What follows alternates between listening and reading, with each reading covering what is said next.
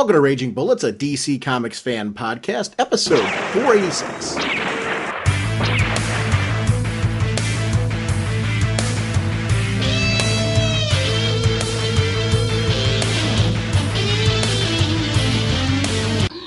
Welcome to Raging Bullets. I'm Sean Wayland, drnorge. I'm joined as always by my co-host Jim, the sensei of the whatnot, Seguin, the Duke of You-Know, and the elder statesman of the podcast. How's it going, eh?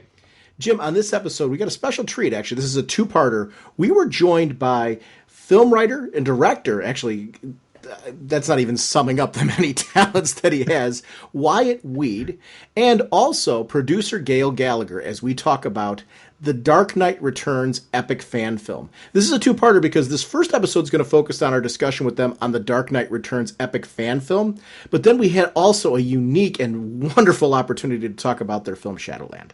So please check in the show notes. If you haven't checked out either of these, you're going to want to check them out.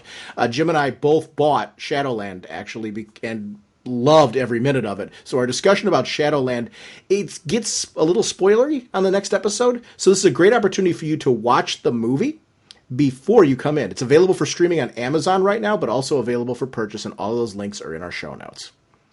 Jim, we are proud members of the Comics Podcast Network, the League of Comic Book Podcasts, and the InfiniteComics.com podcast partnership. Mr. Seguin, who is sponsoring us this episode? Well, as always, we got the wonderful people over at DCBS, Discount Comic Book Sales Services.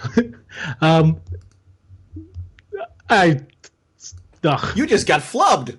I just got flubbed. I'm trying to figure out whether or not I want to delete this or not because it's rather funny. Let me help you with this. We are sponsored this episode by DCBService.com and InStockTrades.com. And the fact that I didn't say that is what's throwing you off. So, Jim, what is going on over at DCBService.com? Well, of course, we have the bundles. They're continuing their support of the DC Rebirth with 50% off of the various bundles they have. The continued support of the Young Animals, continued support of the Vertigo titles. It's wonderfully bundleicious over at DCBS, and I absolutely love the fact that I can do one-stop shopping. But DCBS is not just about great deals on comics. You can get some great deals on some statues. Actually, most of the statues I have in my house I purchased through DCBS. And this month we've got 32% off 4 different statues. Each one looks really cool. We've got the DC Bombshells Aquaman statue. We've got the Wonder Woman statue based on artwork by Adams Hughes. That one's only $88.40. We've got the Joker from the Batman Killing Joke, so based on the Brian Boland artwork there.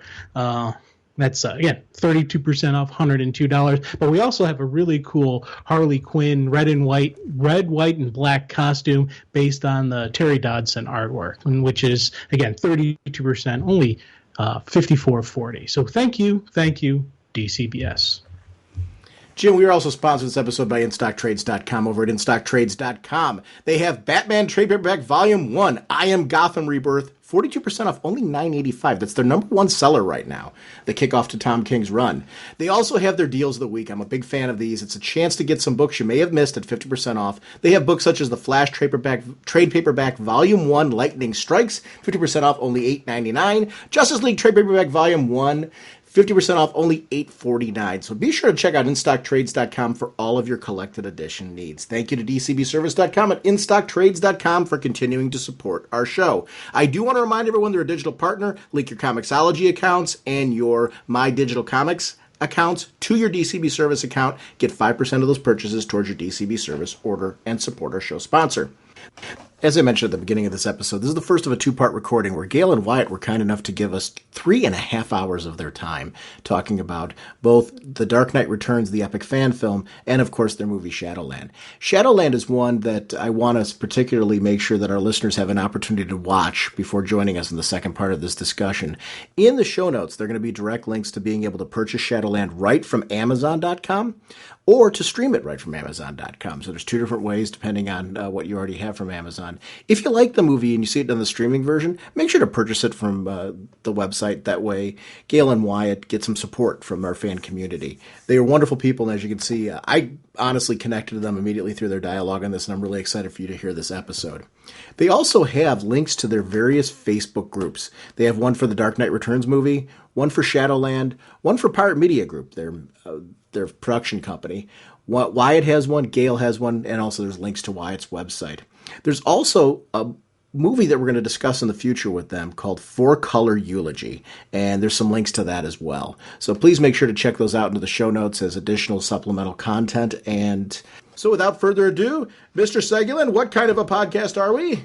Raging Bullets is a spoiler podcast. We go in-depth into the plotline, story twists, and whatnot of the epic fan film based on the wonderful Batman Dark Knight Returns, as well as their own individual movie, Shadowland. So if you haven't seen either of these movies, highly recommend you pick them up. That way you can better enjoy the show. I went a little off the cuff and it threw you off. Big time. Let's enjoy our conversation with Wyatt and Gayle. Joining us this episode, we are joined by the multi-talented Wyatt Weed and producer Gayle Gallagher as we talk about Pirate Pictures Productions' Dark Knight Returns, an epic fan film. I'm going to first welcome you both to the podcast. Thanks, guys. Hey, how are you? And besides welcoming you both to the podcast, I'm going to say I was blown away because Gayle was kind enough to send me an email saying that this was out there, and I didn't know. I expected to see a lot of times, and I'm not knocking them because I love them. We see a lot of fan films that are trailers where you get to see this great, really cool trailer that I'm like, I want to see this. Then I click on this and I'm like, oh my gosh, it's like the first issue. They did like 45 minutes. It's like the whole first issue of Dark Knight Returns brought to life. And I was blown away by the commitment to putting together this. Can you tell us a little bit about the genesis of this? Where did this come from? How did you get to the point where you're like, we can actually do this? Well, let me take a deep breath here. I was, in 1986, when The Dark Knight Returns was first released, I was a 22-year-old film student here in St. Louis. And I remember reading that first issue and just being blown away. And you know, full disclosure, we talked about this a little before the podcast started. I'm an on-again, off-again comic guy. I read kind of whatever catches my interest. I've never read one title extensively. But I had a dorm mate in college, and he had purchased the first issue of Dark Knight Returns, and it was laying around the dorm room. And I was like, oh, that's cool. And I picked it up and started reading it. And just that take on Batman, that this alternate future where he's old and he's retired, and there's the realistic approach that superheroes are actually vigilantes and they've been outlawed, and you know, so even within the superhero world, it was this gritty take on the whole thing, very adult, very mature, and I could see it as a film right then and there. I could see it as a movie. But I'm a 22-year-old gawky, scrawny film student who's, you know, just finding his legs as a filmmaker. And we're back in 1986, we're still shooting film. So even though I thought, man, this would make a great movie, I really didn't have any realistic chance of getting this thing made. A couple years later, I moved to Los Angeles to break into the film industry. And this is a funny story. I was contacting Warner Brothers Studios. I'm like 24 years old now. And I knew that Warner Brothers had the rights to the DC stuff, and I'm contacting them and talking to producers and making phone calls and trying to get somebody's attention to talk to them about making a Dark Knight movie. And then I find out that, oh, they're making this Tim Burton, Michael Keaton film, and I thought naively, oh, that's why they're not returning my phone calls. They already have a film in progress. It's not because you're a 24-year-old nobody? Yeah, it wasn't because I was a 24... Yeah, years later I was like, oh, of course that's why they weren't returning my phone calls, because I've got people pestering me and I don't return their phone calls. So time went by and I just kind of let the project go by the wayside. And then what happened is, over the years, I spent 18 years in Los Angeles, and in 2006 I came back to St. Louis, formed a film production company here in St. Louis called Pirate Pictures with a friend, Robert Clark, and Gayle Gallagher, who I'd known forever. And we started this production company. And we got to make a couple of feature films. We got to make a couple of short films. Got to make a couple of music videos. And my love of The Dark Knight Returns never faded. But what happened was, a couple of years ago, probably about 2013 or so, I had this epiphany. And we're making films, we're doing all this production work. Video equipment has gotten really good. High def equipment is available to everyone. We've got lights, we've got a dolly, we've got editing systems, we've got actors, we've got locations, we've got all this stuff. And I'm now 50 years old. And all of a sudden this light went off in my head. And I thought, why am I not making The Dark Knight Returns right now? And after we finished shooting our last film in 2014, I pretty much turned to everybody and said, my next project's going to be The Dark Knight Returns. And in my head, I only ever wanted to really make, for me personally, I really needed to make that first issue. I wanted to do the whole thing, but for me personally, I thought, gosh, if I get that first issue done, that for me will be enough.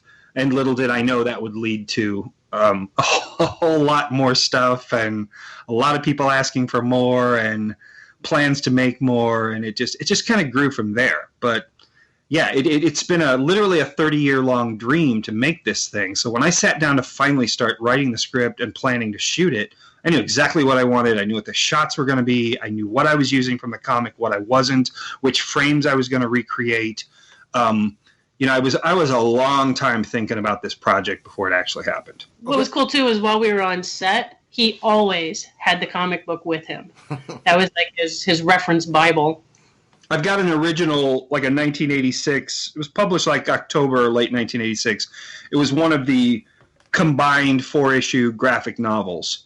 So I've got this old dog-eared, weather-beaten copy of the full graphic novel, and that stayed in my notebook binder with my script.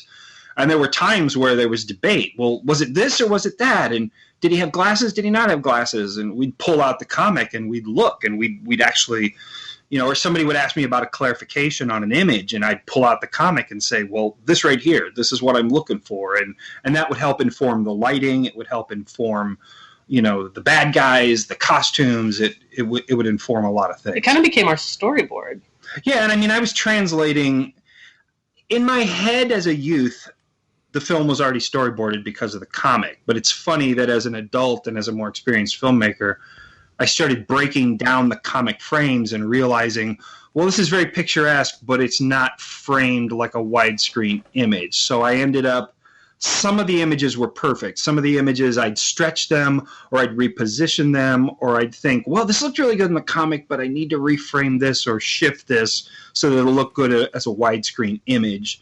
And then there are concessions you make too, being low budget, but also when you start things moving, when you set things in motion.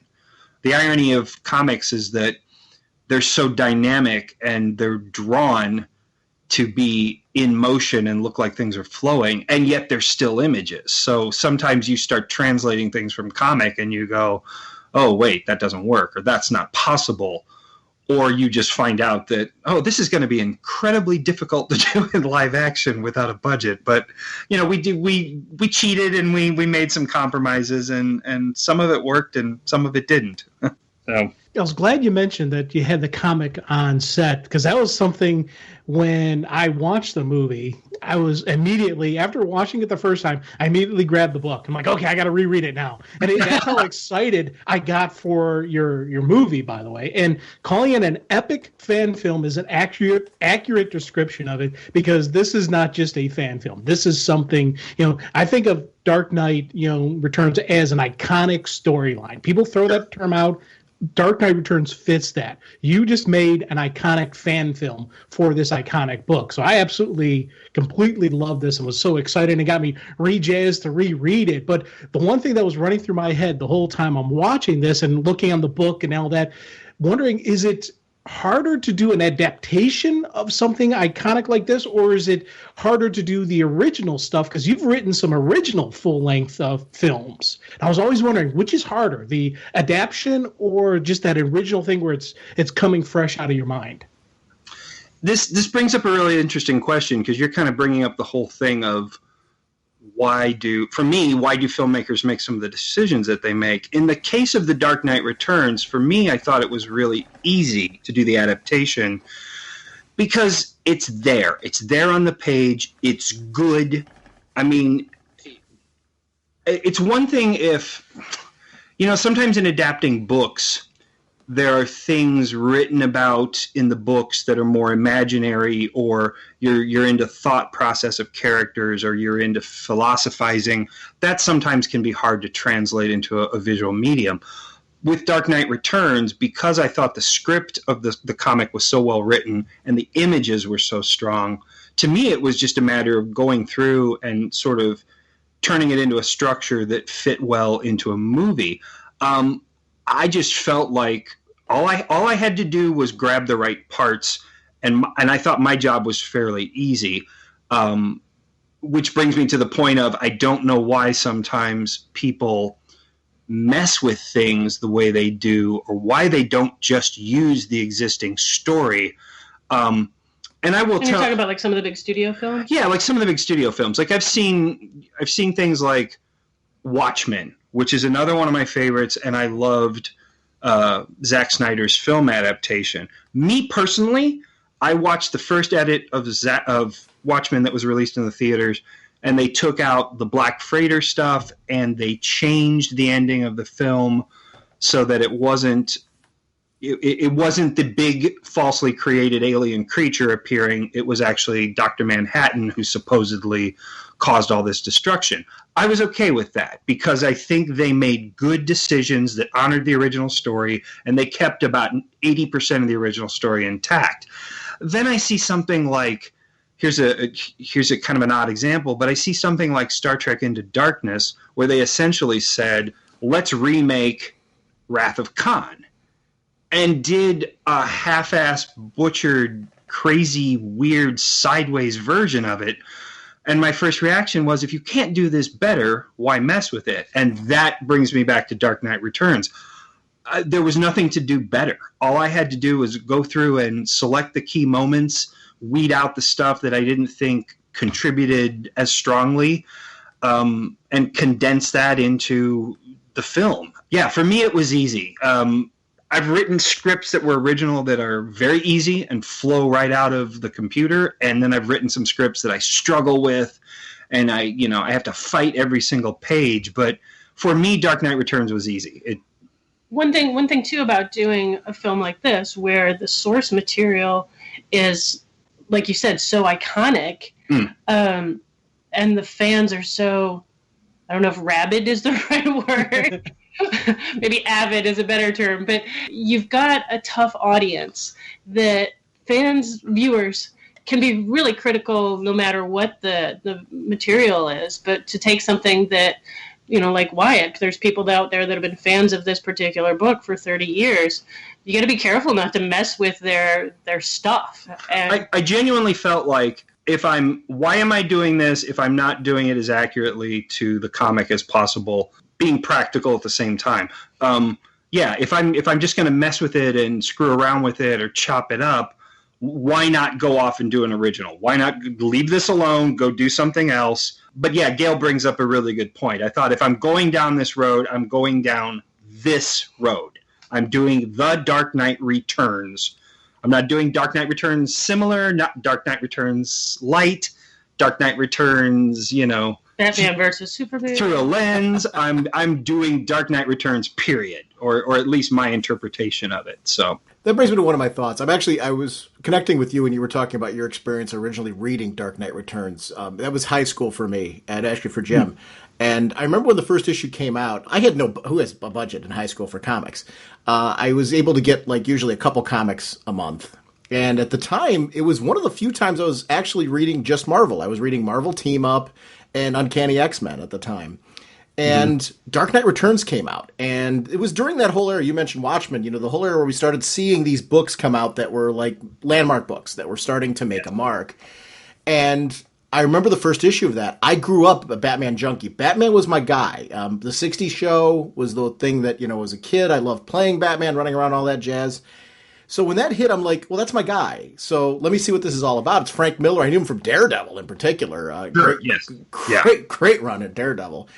So I picked that up, and I was blown away. I think where this is leading to a question is, I remember the emotion that each page evoked from me, and it came from Batman. which isn't always the case in Batman stories. In this one in particular, you really connect with and ride along with Batman and get to know him in and out of the costume years later. One of the compliments I've really got to give you on this one, and it shows your love for this material, you became Batman. I mean, in this one, there were scenes where, like, I was watching you in Bruce Wayne mode and Batman mode, especially the Bruce Wayne mode. And the reason why those are in particular, it's those sequences where he's like almost agonized or tortured or whatever you want to call it, where it's calling to him that you acted out, and it just struck me. What is it like to become Batman when the story is something that's so important to you? You got to be that character. What's it like to do that? I'm living with him. Because I don't know if it's clear yet, but Gayle and I, we were friends, and we started working together, and then we got into a relationship, and then we got married. So we have a long history, and thankfully we both love filmmaking, so we get along well, and we live well together, and we're married well together. So it's good that she supports my addiction the way she does. But she's also the person who I trust when it comes to producing. I say, here, Gayle, take this, run with it. And I know I can leave her alone and just trust that she'll do the job. But with Batman, to begin with, there was a bit of a decision there to make. And that was, I didn't just merrily jump right into being Batman from the get-go. Okay, I was approaching the right age. I knew that. I also knew I looked pretty young. I'm 52 now, but I'm still a very young-looking 52. When we were filming, they'd actually gray me up and darken me up. They'd gray my hair, and they'd darken up the shadows under my eyes and give me a few lines on my face. So I'm probably not as grizzled and craggy as the ideal Batman would be, or the ideal Dark Knight would be. But I thought about it for a good long time, and the decision was really, can I play Bruce Wayne Batman and still effectively direct the movie? Because it's a lot to direct it and set it up and supervise the whole thing, but then get in front of the camera. It's a big commitment. You really have to be prepared because it's exhausting. The other thing was, if I had found what I considered to be a really solid, properly aged actor who could have done the part, I probably would have used that person. What'd you have? Well, in a fan film environment, the tough thing is, you know, you're asking people to work for nothing or next to nothing. You're asking them to make a huge commitment, and really all you're going to get is some fan notoriety. You're going to get a couple 100,000 views on YouTube if you're lucky. It's like, you know, it's cash in the fan world, and maybe you get to go to some conventions, and maybe you get to show off the costume during Halloween, but you're asking people to sacrifice a lot for, you know, depending on what your view is, it's either a lot of reward or very little reward. So I knew that whoever played Bruce Wayne Batman was going to have to be on set nearly every single day over the course of what turned out to be 2 years. So you weigh those options. I could have found maybe the perfect actor in the St. Louis area who didn't want to show up for 24 days of shooting. I could have found the perfect actor who might have gotten a job and had to leave and go to Los Angeles. So I weighed a lot of options, but the biggest thing for me as Batman was being Bruce Wayne. For me was easy, because my view on Bruce Wayne is that this guy has so much money, he's so smart, he's seen so much of the world, and he knows so much about what's going on, that to him, I think Gotham City is his backyard, it's his oyster, it's his town. He doesn't worry about rent. He doesn't worry about where his next meal is coming from. He worries about, gosh, how's the city doing? What's the crime like? How's my development of artificial kryptonite going? How are the development of my technologies going? Am I going to be able to build a new bat tank? Is my next bat copter going to fly right? He's thinking of things. He's got luxuries in his head that the rest of us can't even fathom. So walking around the street day to day, he's not distracted by the small stuff. He's not worried about how he gets to and from places. So Batman to me is like, he's this distracted guy, Bruce Wayne to me is like this distracted guy who's always looking at the big picture. He doesn't sweat the small stuff. He doesn't even worry about being on the street because he's Batman in his other life. If he gets attacked by criminals, he can defend himself. If he gets challenged politically or on the business front, he can take care of himself. So to me, Bruce Wayne was easy. That's just, you just had to play that like you owned the world. Batman, though, What I didn't want to do was come at Batman as just this growling monster. So it really had to be a balance of always on the edge of anger and always on the edge of that intimidation and always on the edge of ready to lose it without actually losing it. And that's a tough thing to play without being over the top, without just yelling all the time, without just constantly trying to be scary. So the real thing for me was I had to get my head around Batman. And once I got my head around Batman, then I said, okay, I can do this. I can play this role. And honestly, how else was I going to get this part? The studio's not going to give it to me. I'm not going to get hired to do it. I thought, there was a comment on YouTube, and one of the people who saw the movie said, I bet this movie only happened because the guy who's playing Batman is the one who made it. And I thought, you're damn right. That's the reason why the movie happened. Is because the guy who's playing Batman is the one who made the damn movie. Yeah, you're absolutely right, because no one else was going to give it to me. Something else I felt very strongly about Bruce Wayne was that, don't get me wrong, I love the comic, but I feel like in the comic, he's dark, dark, dark. He's moody, broody all the time, and there's not a lot of levity there.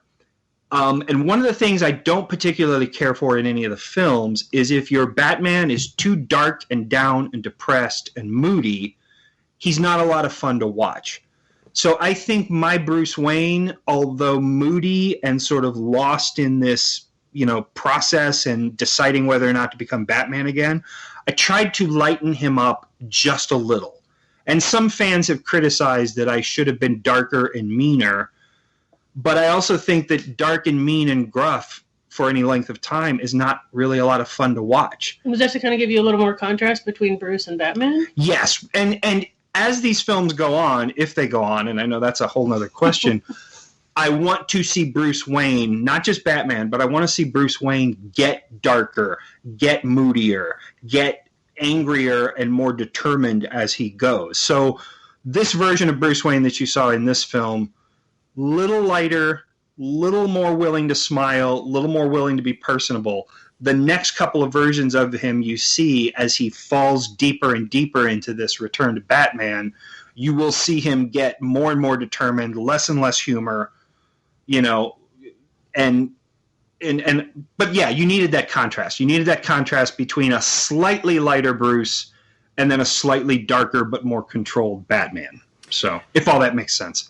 The one scene that I absolutely loved was when you're still Bruce Wayne, and it was near the beginning. You're walking through the park, and the mutants are going to mug you, and you just slip down and you get into combat mode, and just the way you were that right there was turning on the machine, and I'm watching that going, that right there is Batman. That was awesome, because you saw the transition, just you getting into position, getting ready to fight, and you're just like, come on. And just that look in your eye, the gravel in your voice, that for me was an absolute perfect transition. Well, and the rest of the world fades. He stops seeing the city around him. He's only seeing the bad guy. He forgets he's in a business suit. He forgets he's in dress shoes. He's just thinking, okay, let's do this. And then it's, afterwards when they deny him the fight, when they walk away, always a good time down at the arcade, and they leave, he's just hanging there on the edge like, wait, what? No fight? What? You're denying me a fight? And then he snaps out of it and looks around and goes, oh, crap, I lost it there. Because stop and think, like, if that had happened in like a crowded setting. Say he'd been at a party or something with a bunch of fundraisers standing around, and criminals had come in, and he'd locked into that mode in the middle of a party full of rich people. I mean, maybe he'd kept his cool and he wouldn't have done it, but if he'd lost it in the middle of that party, a lot of people would have looked at him like, what the hell is wrong with Bruce Wayne? Why did he go psycho? So it's an interesting, it's that first indication even for him that the bat's coming back. I've been able to keep it at bay for 10 years, but it's in the back of my head. And that's funny, because I had never really looked at that scene that way. I never realized that was kind of what that was. Yeah. I saw it more as kind of the adrenaline hitting after you've been in a stressful situation. It was that, but it was also the fact that, he really didn't think that one through. The bat took over, and it was instinct. It was instinct, and then he looked around afterwards like, whoa, where did I go? Where was Bruce? I wasn't Bruce for a minute there. What happened? So, and I don't know if it came across as strongly in this version, but I've always felt, particularly in The Dark Knight Returns, that Bruce Wayne and the Joker, and Bruce Wayne and Two-Face, I mean, that's kind of the point of that first issue. Batman has a split as well. And he was able to channel his for good. He was able to take this dark side of himself and do something good with it. Whereas, if he'd gotten abused one or two more times or put into a foster home or maybe had some bad experiences beyond his parents getting killed, who knows? He might have become the next supervillain. But instead, he was able to channel it for good and use it to become Batman. But that moment in the comic where he sees how damaged Harvey Dent is, how far gone he is, and his reaction is to hug him and hold on to him, it's that sympathy for, buddy, I know how you feel. I can't approve of you being a super criminal, but I understand what's wrong. I understand your pain.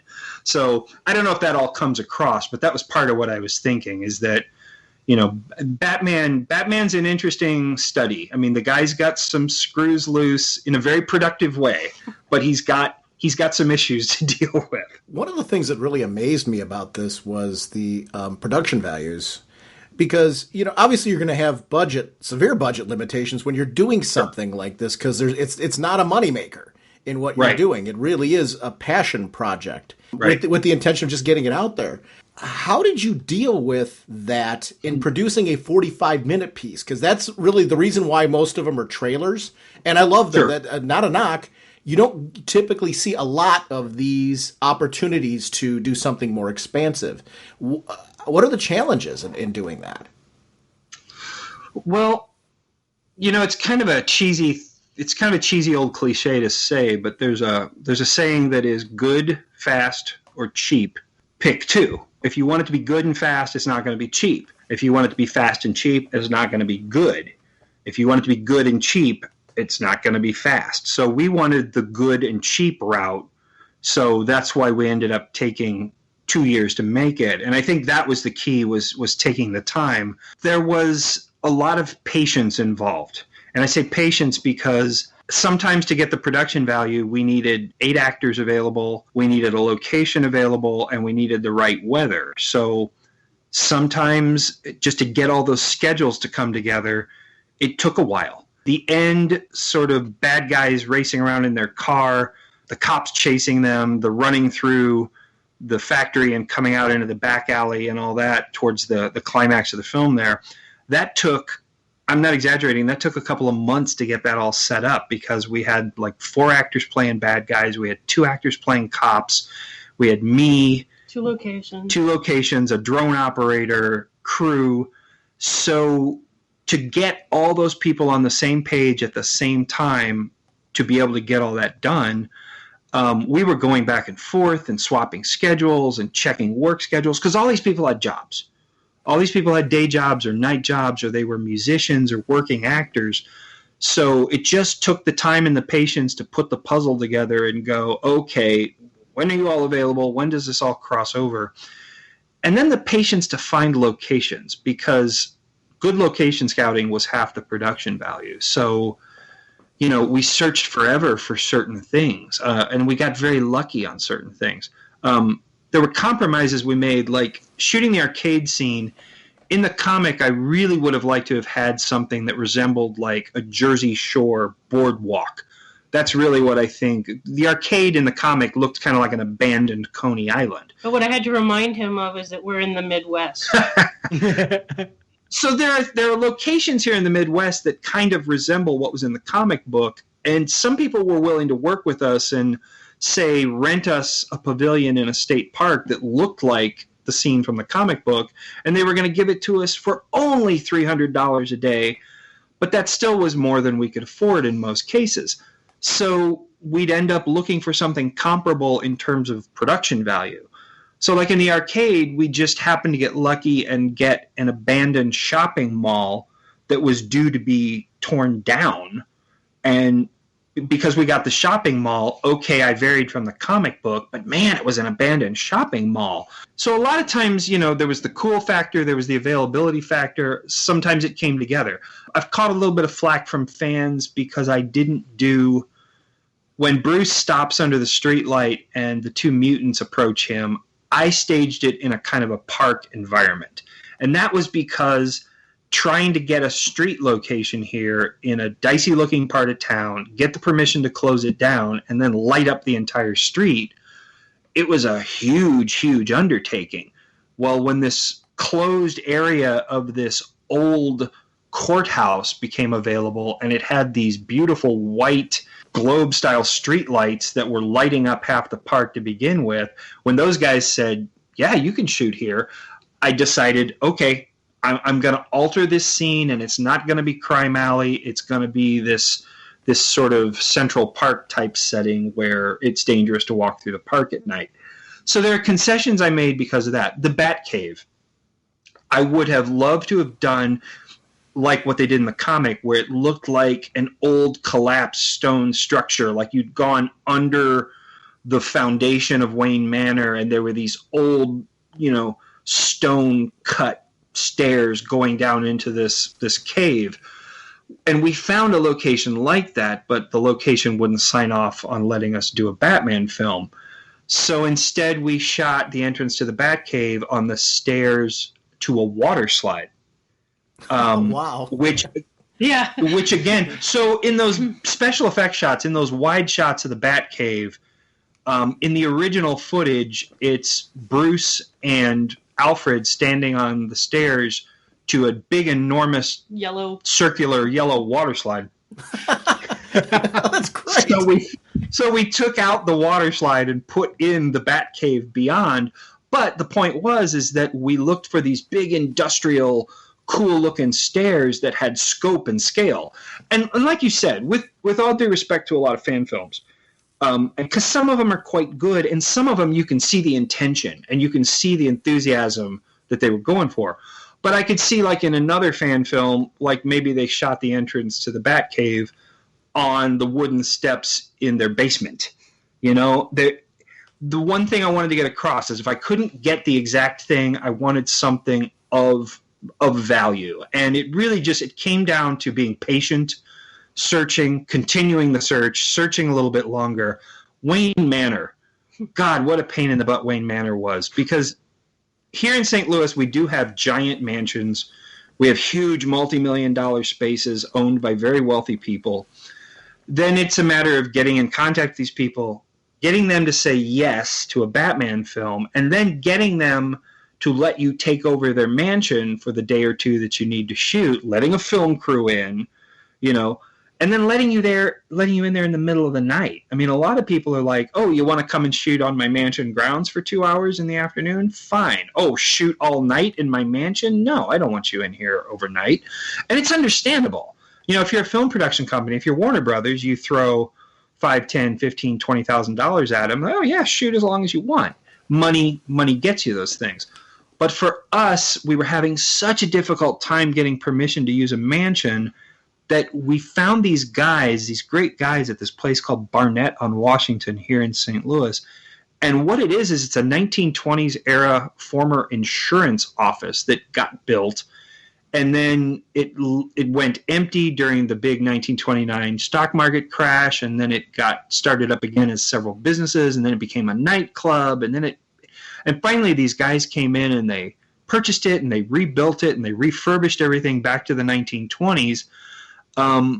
So it was essentially offices and an event space, but they said, yeah, sure, you can shoot in here. So we turned this 1920s insurance office into the interior of Wayne Manor, and we made it work. So there were compromises. It's not exactly visually what the comic book is or what I'd hoped for, but for a budget of $2,500, I'm happy. I couldn't be more happy. And despite the fact that there were challenges, the Midwest is an amazing place to film. St. Louis is, to to have so many people, I mean, every location that's in the movie was free. So to have all of these places, once we found the right place, say, yeah, absolutely, come on in and spend the night and take as long as you need. And that opening sequence, I'll tell you what, I knew, because of things we've done in the past, because of projects I've worked on, I knew I could do everything in the film except for the opening racetrack scene. And I knew the opening racetrack scene was the hurdle. That was like the hurdle in terms of the script. And I wrote it into the script not knowing initially, okay, am I shooting miniatures? Am I shooting CGI? How in the heck am I going to get this racetrack scene done? I'm going to interrupt you for just a second. Sure. Wyatt had been talking about this Batman movie for years, and I hadn't read the comic book. I didn't know what he was talking about, but he was talking about how it opens with this racetrack scene, and he'd mentioned it several times. And so there was one day that I was at a networking event. It was happened to be at a go-kart track, actually, which is part of the reason I went, was because, wow, what a fun networking event. And I got talking to this one woman who it turned out she used to be a race car driver. And she is now, the president of the local chapter of the Sports Car Club of America. And so while we're hanging out, sitting around chatting over drinks, I'm like, I may be calling you. I said, I don't really know the scope of this project, but Wyatt's been talking about this racetrack thing, so I'm going to keep in touch with you. And she's like, absolutely, whatever you need. So about, 3 years later then... Yeah, we call her one day and we were like, so, your connection to racing, what is that all about? And it turns out, as a member of the Sports Car Club of America, she would get involved in these events at this racetrack just across the river in Illinois.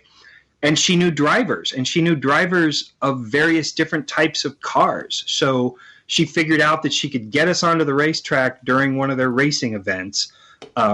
We could shoot certain scenes on the testing days that they had for the events. And then she started introducing me to race car drivers of different types of cars. And when I saw the F1000, when I saw these Formula 1000 cars, I thought, ooh, that's the division of car I want to shoot. Those are awesome looking. Well, I know this guy, Steve Hamilton, and Steve Hamilton's got a car. And so I sat down with Steve and we talked, and that scene took probably 6 months of just off and on discussions and talking and working it out and getting the permissions and figuring out. And then to appreciate the difficulty, the day of the race shoot, we got rained out the first day. So we went out in August to shoot the first racing sequences. And I'm sorry, we didn't get rained out. We had mechanical failure. The guy's car blew the first time out on the track, and he was out for the day, so we couldn't shoot. We had to reschedule, come back in October. Because they don't do races very regularly. It's like a quarterly thing. So we come back in October to do this, and on the testing day, so basically all the official races are on Saturday, but on Friday they have periods of time. Like every half hour, a different class of car can go out and test and do their warm-ups and do their time trials. Well, the F1000 cars that this guy was qualified to run with, they went out 4 times over the course of the day. So we knew that at 8 o'clock, our cameras had to be in a certain position to get these shots. And at 10:30, our cameras had to be in another position to get these shots. And then at 2:30, we could put GoPros on the cars and we could do these shots.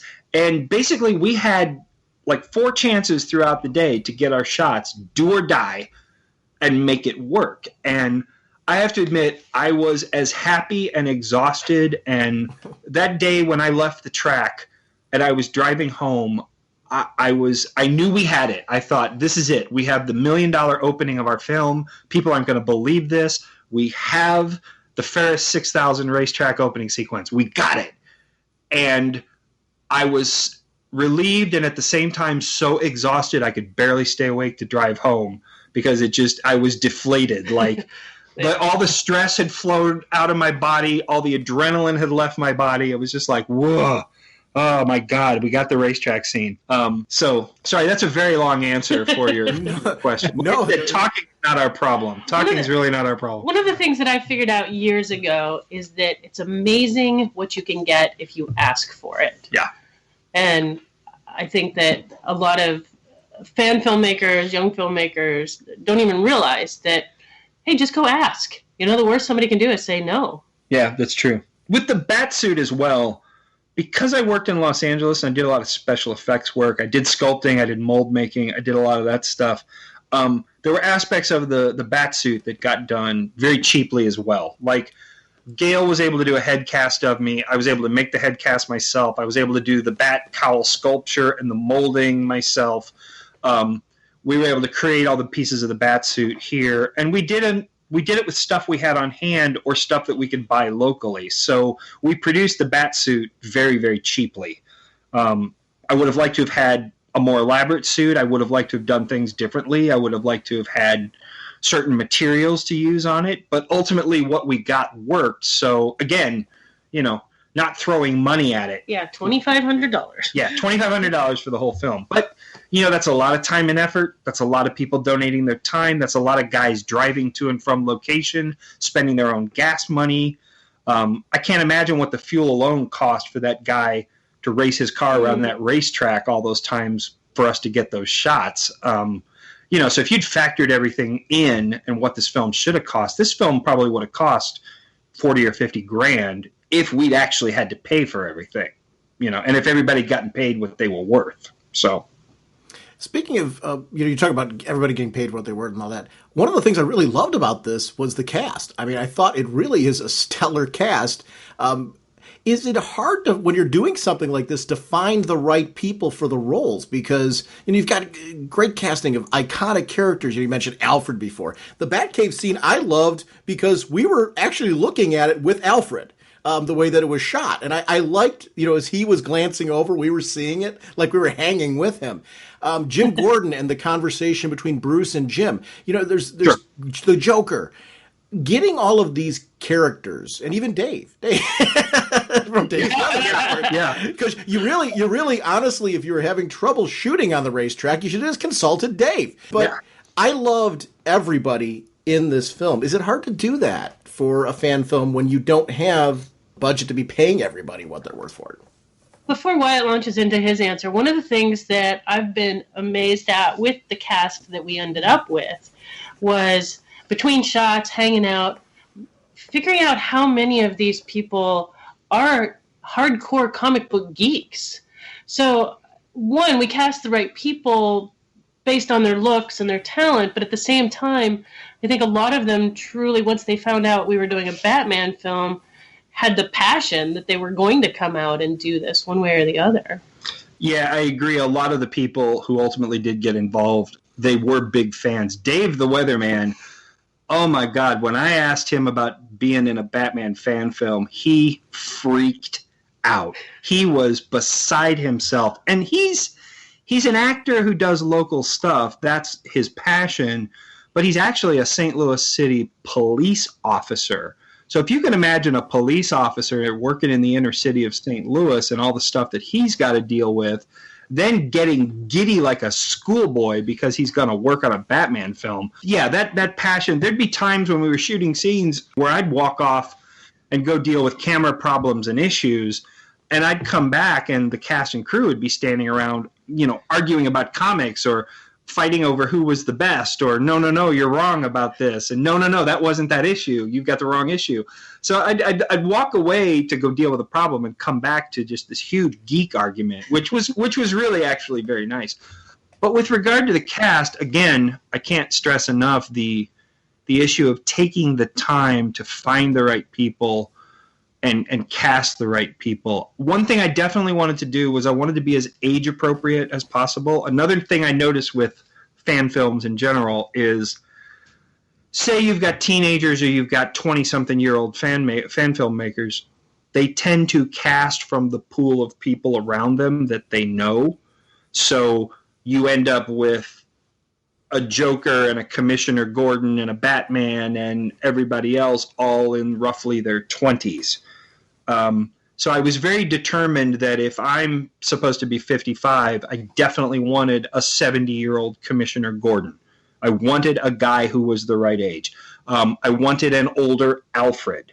I think Alfred could have been a little bit older, but John Contini, who's been a friend for a long time, he's such a good actor.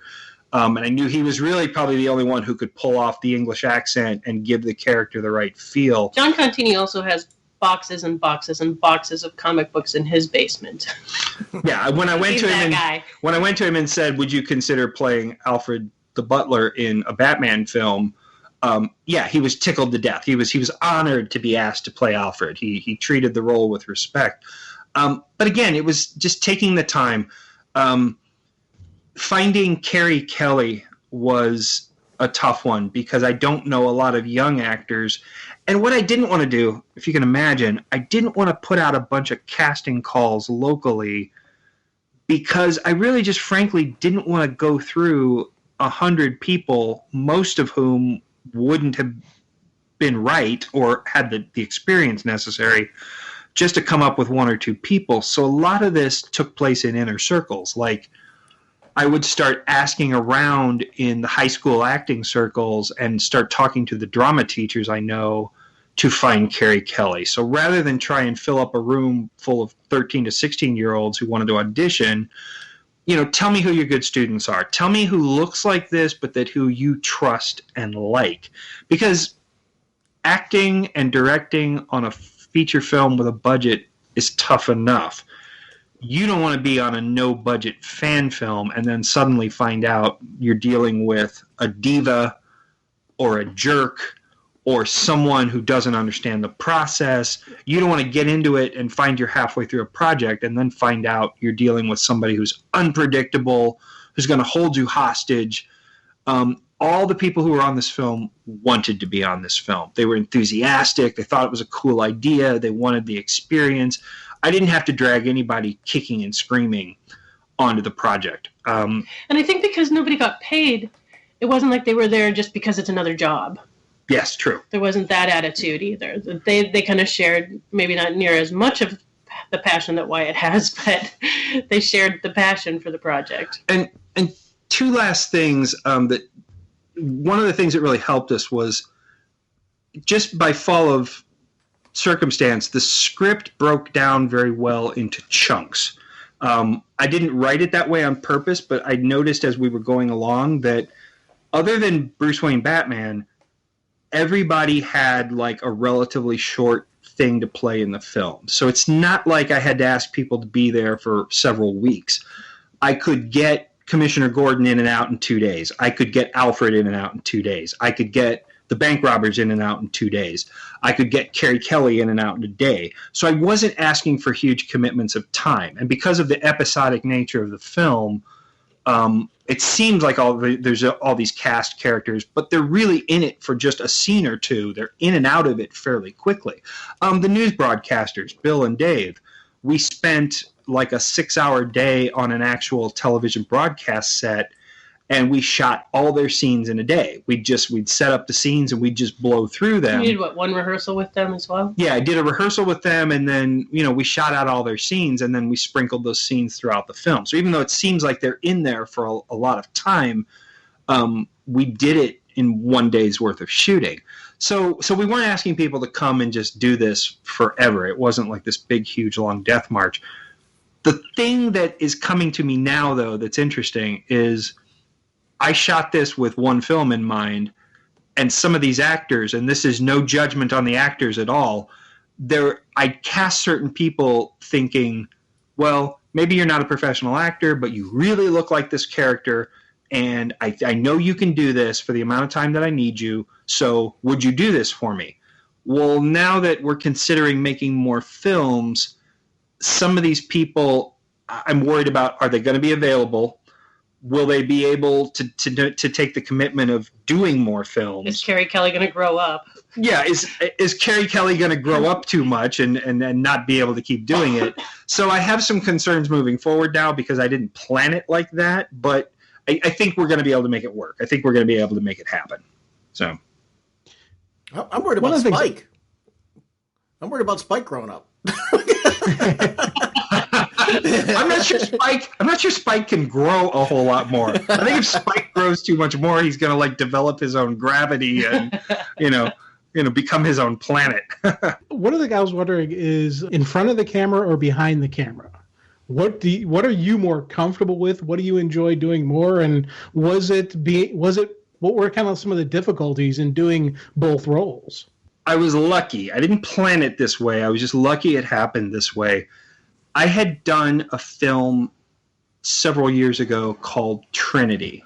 And Trinity is a short Star Wars themed fan film. It's another fan film. Hasn't gotten the notoriety that this one has, but I understand why.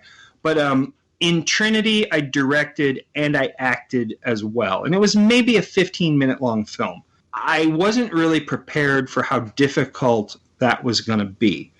And what I learned on Trinity was that there were technical distractions and there were things going on behind the scenes that were affecting my performance, that I was trying to put out fires during production. I was trying to fix technical issues.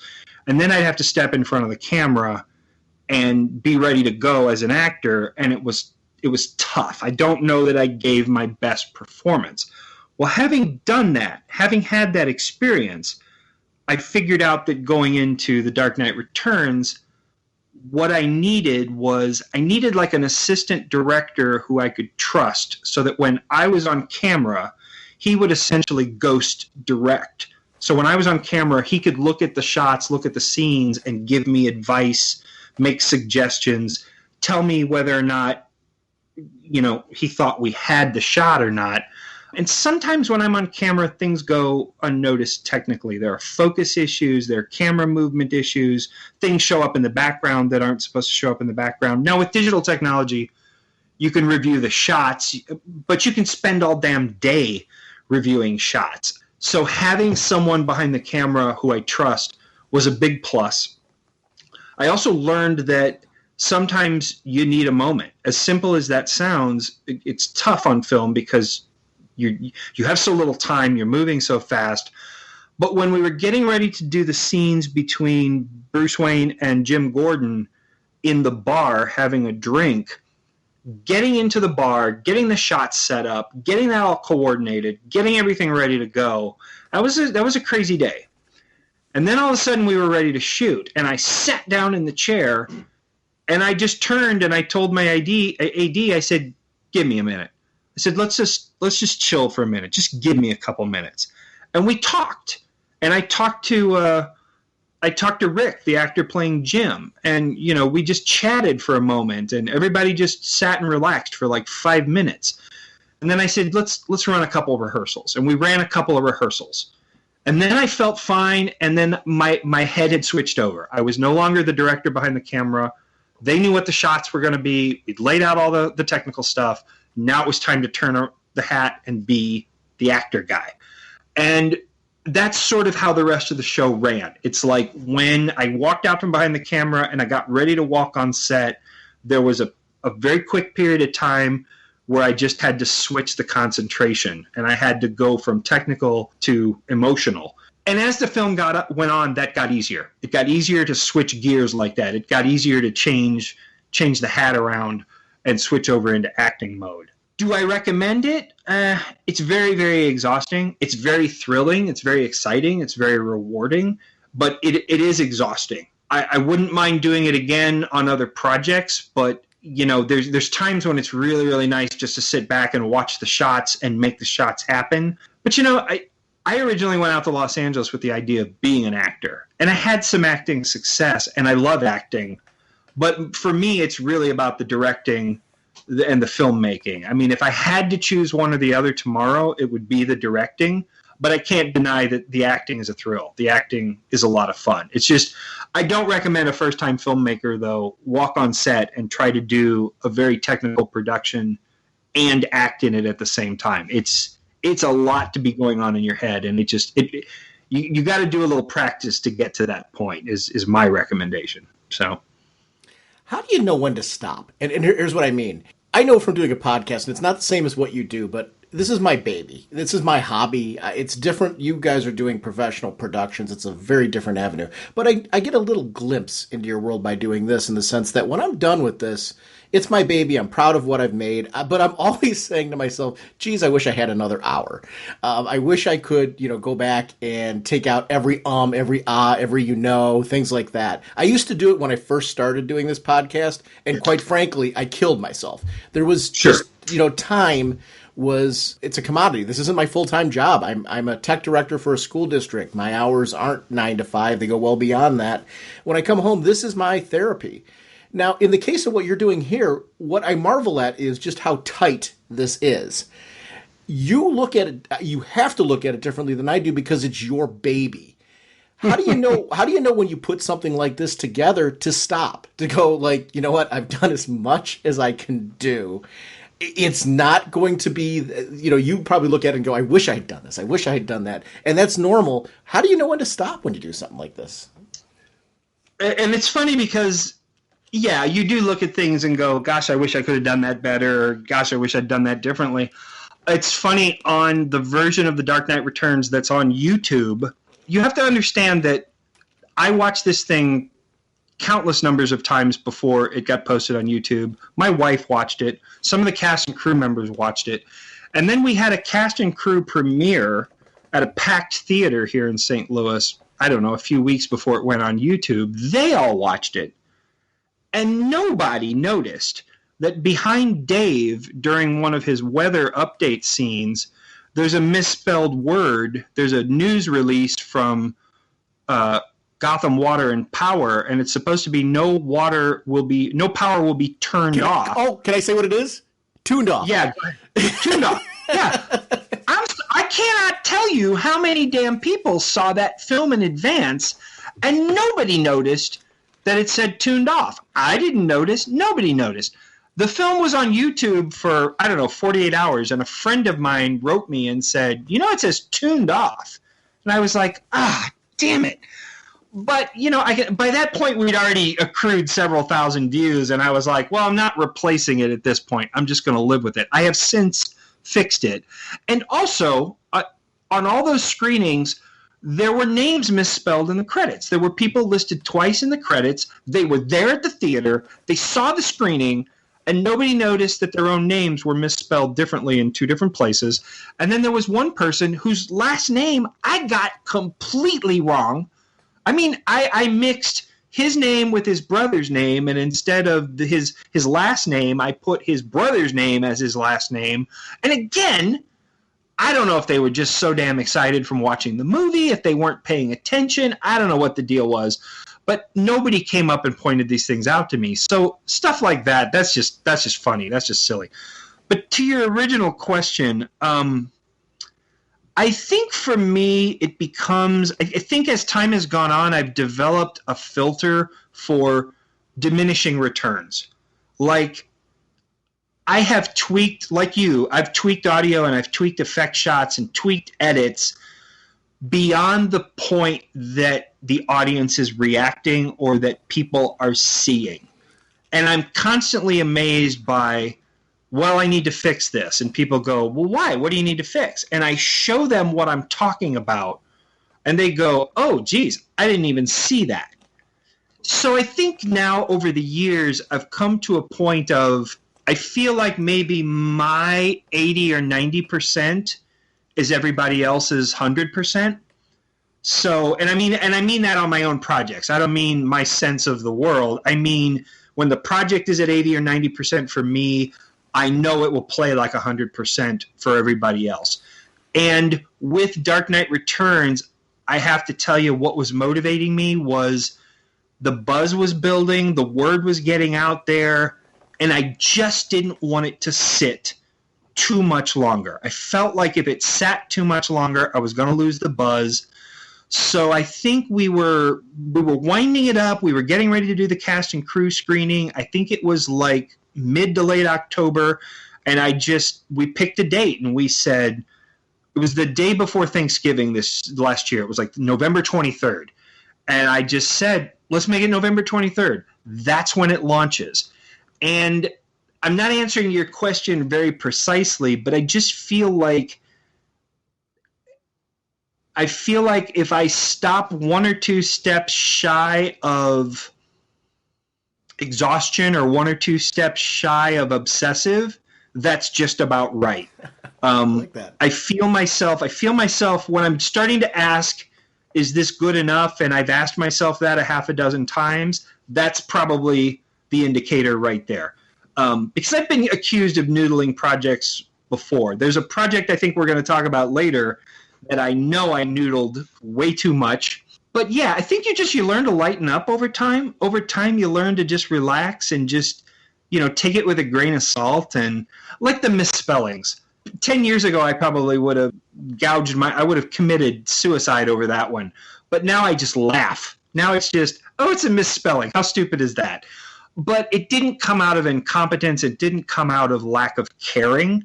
It's one thing to do sloppy work, and maybe that's the trick.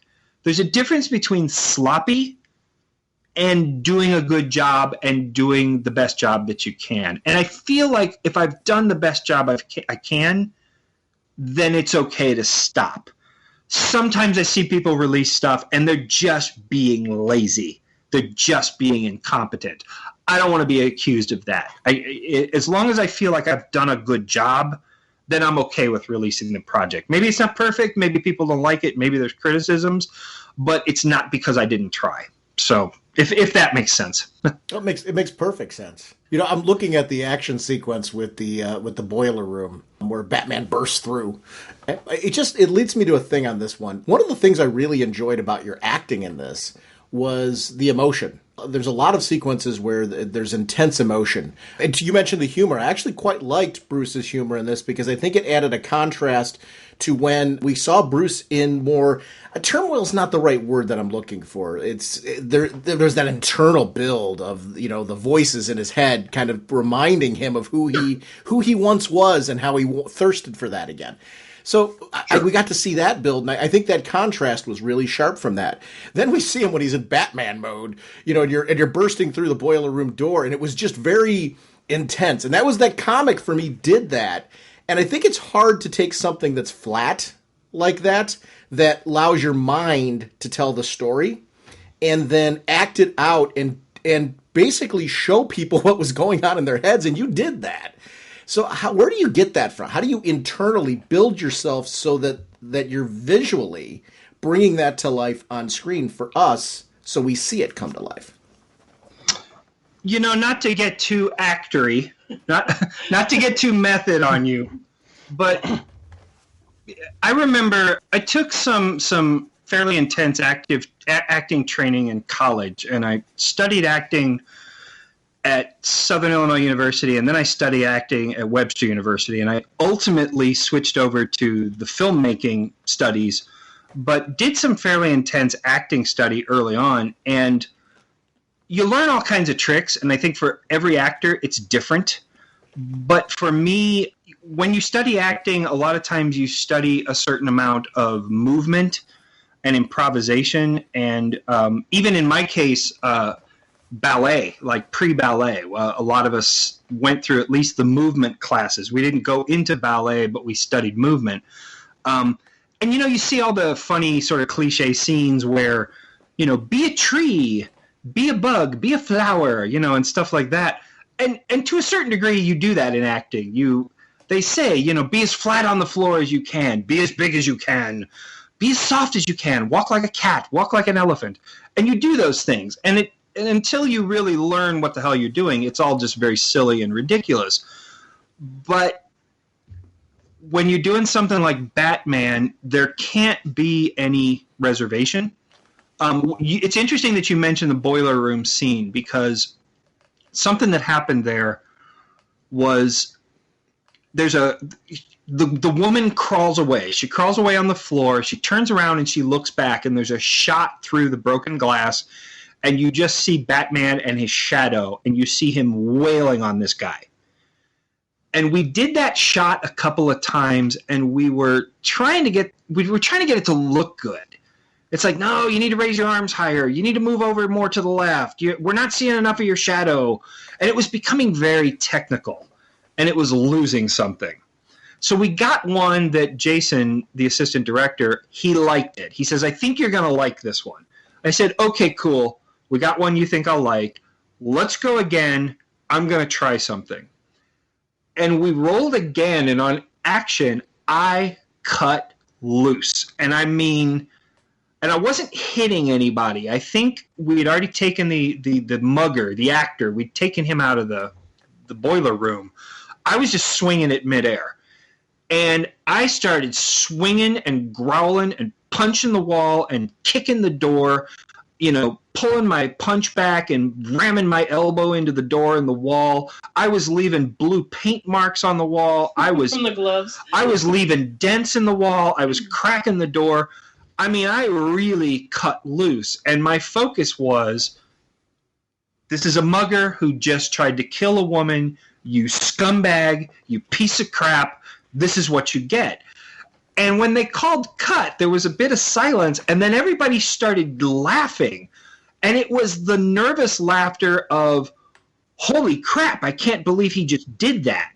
And I remember Jason had never seen me quite do anything like that before. And I don't think he knew where the heck it came from. And I think it was such a dark, violent thing that happened. Everybody was a little taken aback, and just this nervous laughter broke out. And I thought, okay, then we got it. If that's how you all reacted, let's do a couple of more of those. You really have to take a moment, and you really have to focus on what's happening and who your target is. And I'm speaking specifically about Batman. In all the fight scenes, you had to have your focus on this guy, what he's done wrong, why he needs to go down. Your focus had to be, this police officer, you're annoying me, but you're a good guy. I can tolerate you. You over there, you don't understand me. You need to have the fear of God put into you. So you have to interpret those moments into very, very literal things. And if you're in tune, then your body follows. If you want to threaten somebody, your physicality changes. If you want to be comforting, there's stuff I'm looking forward to doing in future films. For example, he busts in on a gang full of mutants who are holding a hijacked child, and he ends up taking down the mutants, and then he comforts the child. And his physical attitude is going to change so much when he gets the child out of the mutant's arms and he's holding the child. And his whole demeanor will become softer and change, and he'll very gracefully, carefully hold this child in his arms. His face will still be Batman, but his body language will change as he holds this child. So I really think you have to make very conscious choices of who your targets are, why they're your targets, and then your body language sort of follows after that. For me, it all came very naturally. Occasionally I made conscious decisions, but most of it came out of where to focus the energy. Who's my target? Why do they have to be taken down? What do I have to do to take them down? And then, boom, the rest of it just kind of flowed. If that makes sense. If that all makes sense. It does. Was there any, in the beginning, we had that race car sequence that you were talking about, which I really loved, and that you mentioned the challenges with that. Was there something else that was particularly challenging to create in this? Because it all comes together so well. You've got car chases throughout this thing, action sequences. You've got these great dramatic moments. It really does a lot in a 45-minute film because the story does a lot. You know, it's a story that's politically charged. It's a story that's socially charged, and there's satire in it. So you've got to, and it's a Batman story, which has all the nuances of Batman. Was there something that was particularly challenging to do in it that you were like, how are we just going to make this, besides the racetrack, obviously, but anything else that was particularly challenging that you had to really, like, how do we wrap our head around and make this happen because of the limited budget, especially? I can't tell you that there was anything beyond the racetrack that was particularly challenging, except for, I think the scheduling. Believe it or not, the scheduling was, I think, the toughest thing. And I mentioned earlier how hard it was to get everybody on the same page. That really was the constant, that was the endurance test. Because, 24 days of shooting over the course of 17 months, with a budget and on a real schedule, we could have shot this thing 24 days, 5 or 6 day weeks. We could have shot this thing in 6 weeks to 2 months on a real budget. But just the stamina we had to have to hang in there and just keep fixing the schedule, just keep plotting it out. you had to believe that it was all going to happen. I think anybody else, if they'd had to stretch their project, if I give myself credit for anything, it was hanging in there and knowing it was going to happen. I have friends who, they can't invest 2 years in a project. They can't just hang out and know that sooner or later it'll come together. They have to do it, get it done with, and move on because they're just not going to be patient for 2 years. For me, it had to get done. It had to be right. So I had to bite my tongue. I had to wait it out. And, you know, some days, some months we'd get 2 or 3 scenes done. Some months we'd get nothing. And then a month would go, we'd get a day in, then nothing. Then we'd get 5 days in. And I think it was just the patience, waiting, getting that schedule to work, plugging away. You know, some of the first things we wanted to do were some of the last things that we did. There was this one actor who came up to me, Keith. He was one of the bank robbers. Keith and I bumped into each other, and I hadn't even started writing the script. And he said, "What are you working on?" He says, "I'm going to make this." I said, "I'm going to make this Batman film. I'd love to work with you on this. We've been talking about working together for a long time. I'd love for you to work on this Batman film. Sounds cool." Keith was literally one of the last guys we shot on the project. So, you know, I talked to him 2 years out, and 2 years later, he finished his part on the film. So wasn't he the last thing that we did? He was literally, we re-recorded some of his dialogue about a week before the film premiered at the theater. So he was literally first guy in and last guy out over the course of a 2 year period. So just, it was the stamina, it was the patience, it was the waiting game, and it was that schedule. We've got this big, huge calendar on the wall, and I had a calendar inside my notebook, and just the amount of days filled in and X'd out and refilled in and re-X'd out to make this schedule and to put this puzzle together. That's what it was. It was a complex puzzle that took 17 months to solve. Yeah. And that was the biggest challenge. If I have a minor complaint / challenge, you know, something I'd revisit, I wish maybe we'd had more time to work on some of the fight choreography. I wish maybe I have no criticisms of anyone who worked on the film. I love the fact that everyone came out and did this and was enthusiastic. I think there were people who were less experienced with acting and fight choreography, and I think unfortunately that caught up with us. But by the same token, there's a lot of fan films you see that's all they are. They're fight choreography. You know, the fighting starts and 15 minutes later the fighting is over. And this film wasn't about that. There needed to be some action. There needed to be some scary Batman moments. But this wasn't supposed to be an action film. I think it's unusual in that it's, 20 minutes of character building and scene building prior to Batman coming into play in the film. I'm sure some internet watchers were bored by that, but real films do it, and I wanted this to be a real film, so I really wanted you to have all the things that you're supposed to get.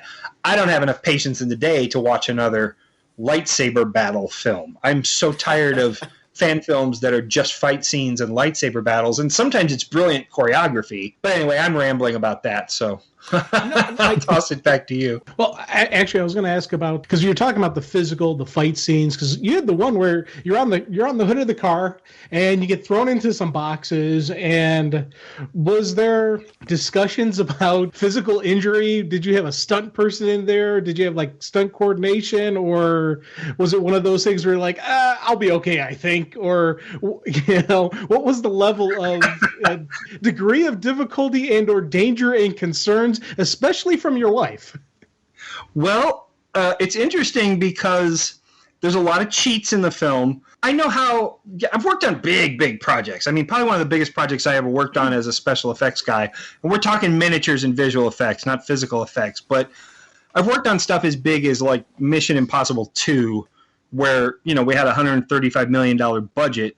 And, they would work weeks on a single motorcycle chase sequence. So I've seen, the right way to do things. And then that's also kind of taught me how to cheat some things. And obviously there are scenes here where I would have filmed stuff differently if I could have afforded to do it the right way.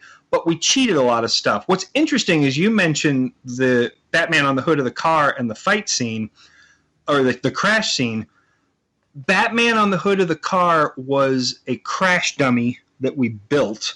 So I actually did jump on the roof of the car at one point. I landed on the roof of the car, but that was against green screen.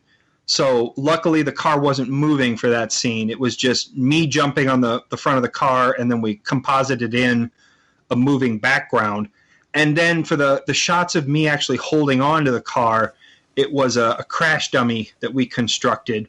And then the crash dummy is what flew off and flew into the boxes and the trash and stuff. Now, there was discussion there of doing a shot of the crash dummy flying off, and then I was going to pick up the shot personally, and I was going to dive and do a roll on the ground and crash into some debris.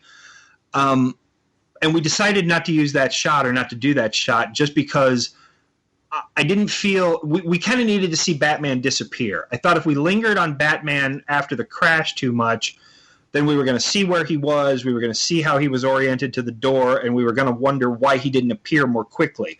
By just having him fly off the car into the trash and disappear, then you could sell the fact that he was knocked unconscious, you didn't know where he was for a minute, and then the cops are approaching the door, and all of a sudden the trash flies, and boom, here comes Batman. He's recovered, and he's ready to go again. Yes, there was a lot of discussion about safety.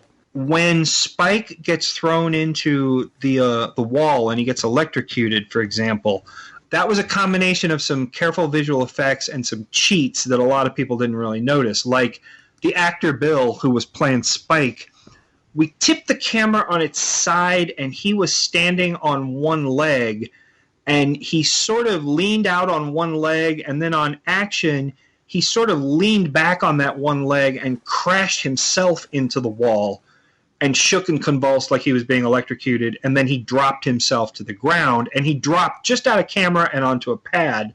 And then, of course, we cut to a close-up, and he dropped himself onto the ground in front of the camera. So there's cheats there to make things look more violent and more brutal than they were. On Spike getting thrown into the wall, we took the first frame of Bill throwing himself into the wall, we cut him out in Photoshop as a still, and using some various tricks, we animated his body flying into the frame harder and faster than it actually did, and then it sort of joined up and matched up with the actual live action shot. So the first few frames is a visual effect shot, then it picks up with Bill actually hitting the wall himself and convulsing and then collapsing to the ground. A lot of pads, a lot of cushions, a lot of mattresses dragged around outside so that people could fall on stuff. And as I think as limited as the choreography was, everything that we did, we tried to be very safe about. We tried to make sure everybody was very comfortable with it. We made sure our knives were all plastic and flexible, no sharp edges, no actual blank firing guns. All the gunfire was done digitally.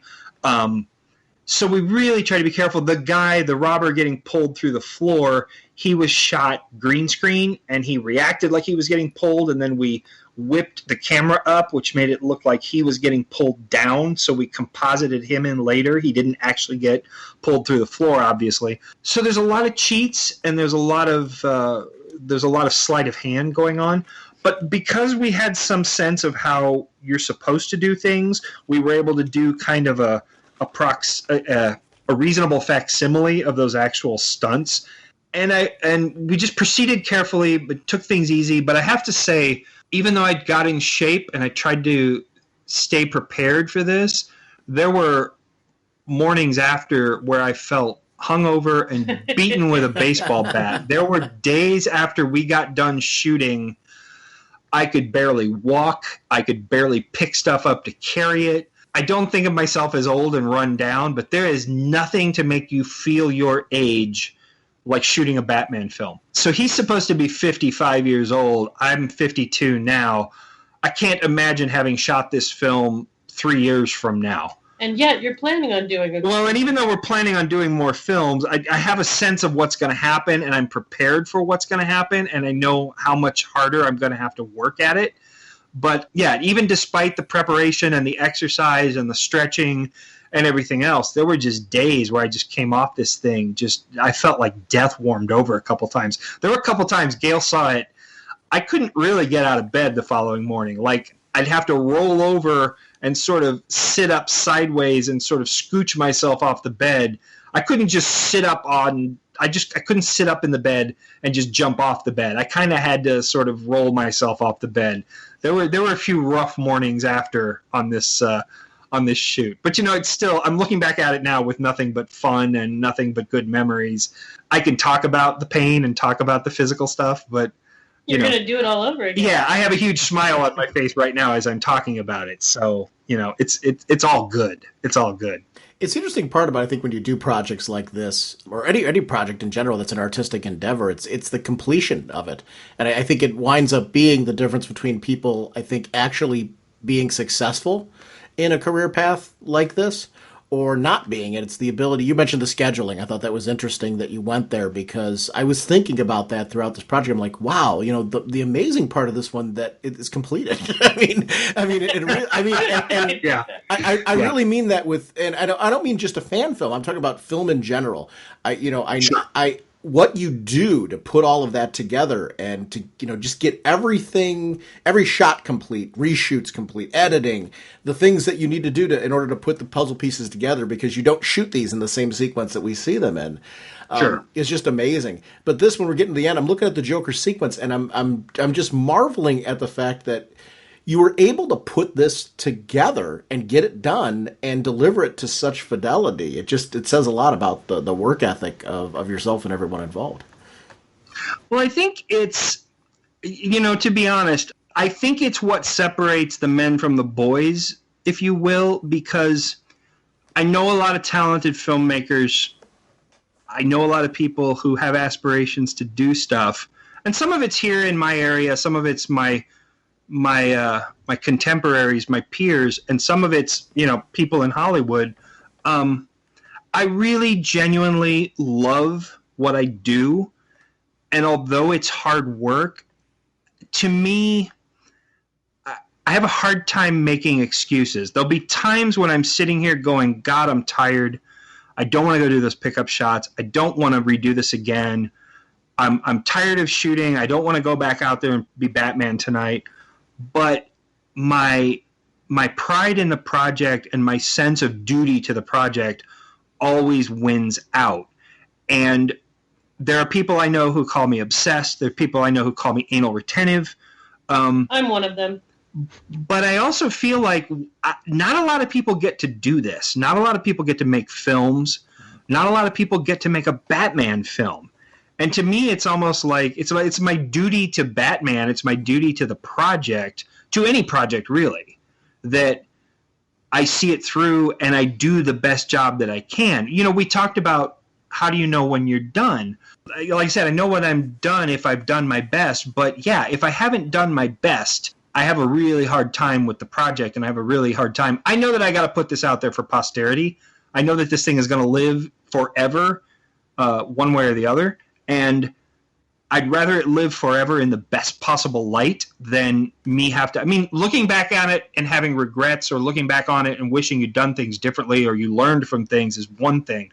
Looking back on something and then being embarrassed by it. There's a phrase, pain is temporary, film is forever. And they're words to live by. I mean, short of doing yourself physical harm, or short of wrecking your finances, or, short of ruining your relationship, to me, it's so much fun. It's such a joy. It's such a privilege to be able to do this in any capacity that I have a hard time letting it go. And I can respect people who treat it like a job and they treat it 9 to 5. But I feel like if you're going to treat it 9 to 5, go get a different job, man. Go work in a car factory, or go work at a retail store, or go be a lawyer, or go do whatever it is that you can just be 9 to 5. I have a hard time with filmmakers who are like, hey man, I got a life. I got to go home. I got to do this. I got to do that. I can't do this all day. Then why are you a filmmaker? We really do almost every day go, God, we're so lucky. We get to do this for a living. Yeah, it's really been a pleasure and a privilege to be in filmmaking and to be able to pay the bills and make a living doing it. So when it comes to something like this, I just don't understand why people don't give it their all. I don't understand why anything less than 100% is acceptable for people. So, but that's just me. I have an illness. I have a sickness that I can't get rid of. Well, basically, one, I just want to make sure you realize just truly how much I enjoyed this. You can really see your passion and your love for this project in that. And I think, as I said before, right after watching it the first time, I had to immediately pull out the book and had to immediately reread it because I was so jazzed about it. And I sat down and I reread Dark Knight Returns, the full thing, boom, one sitting, because I was pumped and excited. It truly just got oh man, this is an awesome story. Oh wow. Then as I'm watching like the movie the second time, I had the book open, I'm following and they're like, oh wow, that's cool. I like that. And I understand everybody's got their opinions. There's gonna be people who are gonna say whatever and whatnot about it. I always on episode 1 of this podcast, I said those that can do, those that can't critique. And you truly are a filmmaker. Even if I hadn't seen your other project, your other projects, and just base it solely on this, you could tell you are a true filmmaker. And it's been, I really enjoyed this, and thank you. I appreciate that. That's the best kind of compliment coming from someone who's a fan of the original, and that you felt pumped up afterwards, and that you just wanted to go and read it again. That's the best. That's probably one of the best things that I can hear. Because the last thing obviously you want to hear is, oh, I was so discouraged by this, I didn't want to watch movies anymore. But yeah, the reaction of this just made me want to go read the comic again. That's the best that I could hope for. So I appreciate that. And I think most of the fans, to some degree or another, saw and felt what I did. There are those naysayers. There are those haters. There are those. You don't have to love the film. I have said to people many times, if you're not a big fan of anything that I do, I respect that. You have critiques of what I do. Cool. I think it's the hardcore hate. Like, there have been some comments on YouTube that you felt passionate enough to comment, and you took the time and energy to comment, and yet you left such a nasty, spiteful, derogatory comment with no constructive criticism in it whatsoever at all, or no rationale. Just, I hate it. Not even I hate it because... just, I hate it or I don't like it. And I don't understand it. It's not that I can't handle it. It's not that everybody has to love what I do. I just don't understand the pure negativity. But overlooking those people, the response from the fans has just been amazing. It's been really cool to be following the YouTube and seeing what people are saying and how excited so many people are about this. She's right. 99.9% of the reaction has been, it's been everything I had hoped for and more. So it has been very gratifying to release the project because it has been met with the views and the reactions that I wanted. So I feel completely justified in making it. I feel vindicated in making it. I'm thrilled that it's getting a reaction. It's really been the reward. There's nothing more thrilling than people embracing your project. It's why you do it.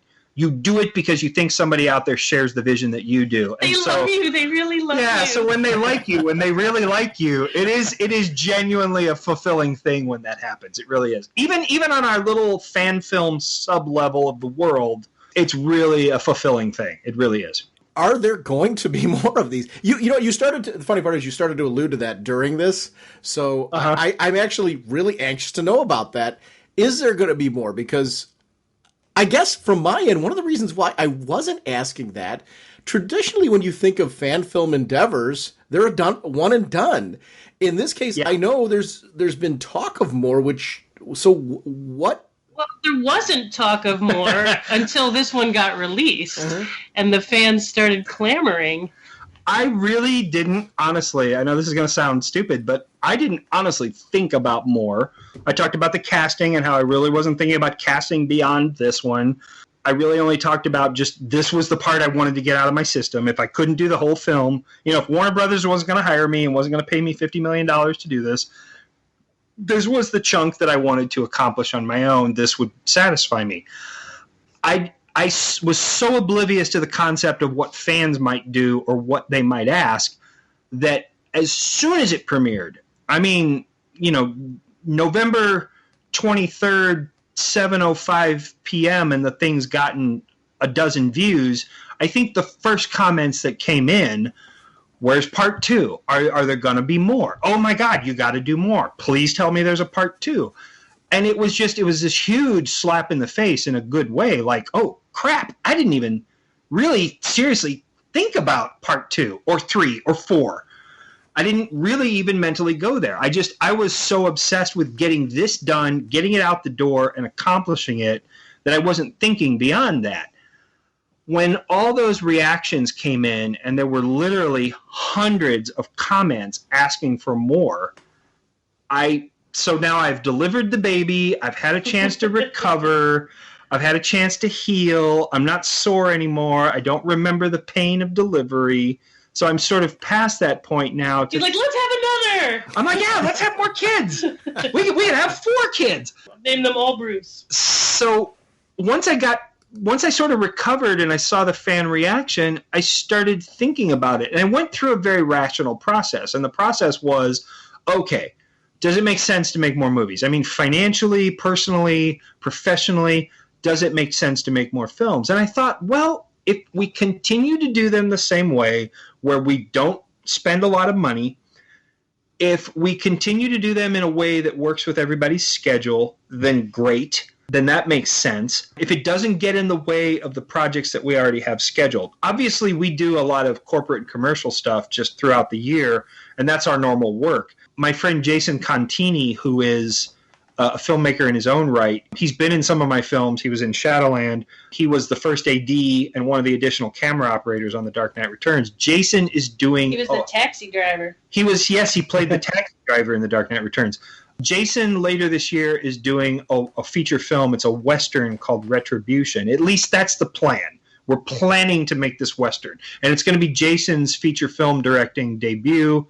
We're in the script breakdown and budgeting process right now. He wants me to be the director of photography on that film. Obviously, 2017 then is spoken for. Well, then I started thinking, what about 2018? Could I go back to Batman in 2018? And then what I realized was what I need to do is I need to approach the rest of the films. Because if I'm going to do 2, and I'm going to deal with issue 2, which is basically Batman versus Mutant Leader, then I might as well do 3, which is essentially Batman versus the Joker, and I might as well do 4, which is Batman versus Superman. I might as well complete the damn story.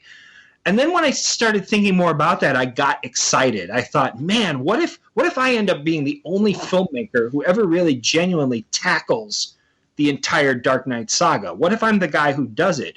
Even if I go down in history as, king of the geek fan films, then that's okay. That's not a bad title. I can live with that. But what I started thinking was I need to attack this from a smarter position. I need to attack it Lord of the Rings style. And what I mean is I need to finish out the 3 scripts for the next 3 films, and then I need to break them down, and I need to shoot everything together that is convenient to shoot together. Like, I need to look at the next 3 films, shoot all the newsroom sequences at once. Then I need to go and shoot all the Batcave sequences at once and get it done for all 3 films. I need to bring in Superman and shoot the big chunks with Superman. I don't need to do 2 separate Mutant Leader fights. I need to set aside a block of time and shoot both the first junkyard fight and then the second mudhole fight, and I need to shoot those at one time. So I think if I work smarter and we work in more efficient chunks, then I can effectively do the next 3 films. So even taking into account my professional commitments and other things, I think if I can start working on a second part in 2018, a third part in 2019, and then a fourth part in 2020, I think it'll actually work, and I think I can actually get the whole thing done. And what I've really done is thought this through in broad strokes. I've thought it through in terms of what story elements I want to cover, how to coordinate some of the larger scenes, and I've also thought about how I'm going to tackle some of this stuff. Like, there's some things here. I got to tackle the Bat Tank. I have to tackle Batman versus Superman.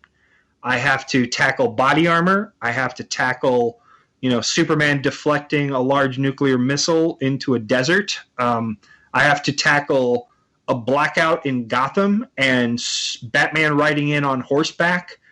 and rallying the sons of the Batman behind him. I mean, there's a lot to think of, but based on what I've already faced, it doesn't scare me. It's a lot of work, but it doesn't scare me. It's like nothing's a whole lot scarier than what we've already done. And I think that if we work efficiently and we plan it really, really well, I think we can do it. So ultimately, within the next 3+ years or so, I'm hoping that what I can do is give you 3 more films called The Dark Knight Triumphant, Hunt the Dark Knight, and The Dark Knight Falls. And that's my plan. And there's going to be some editing.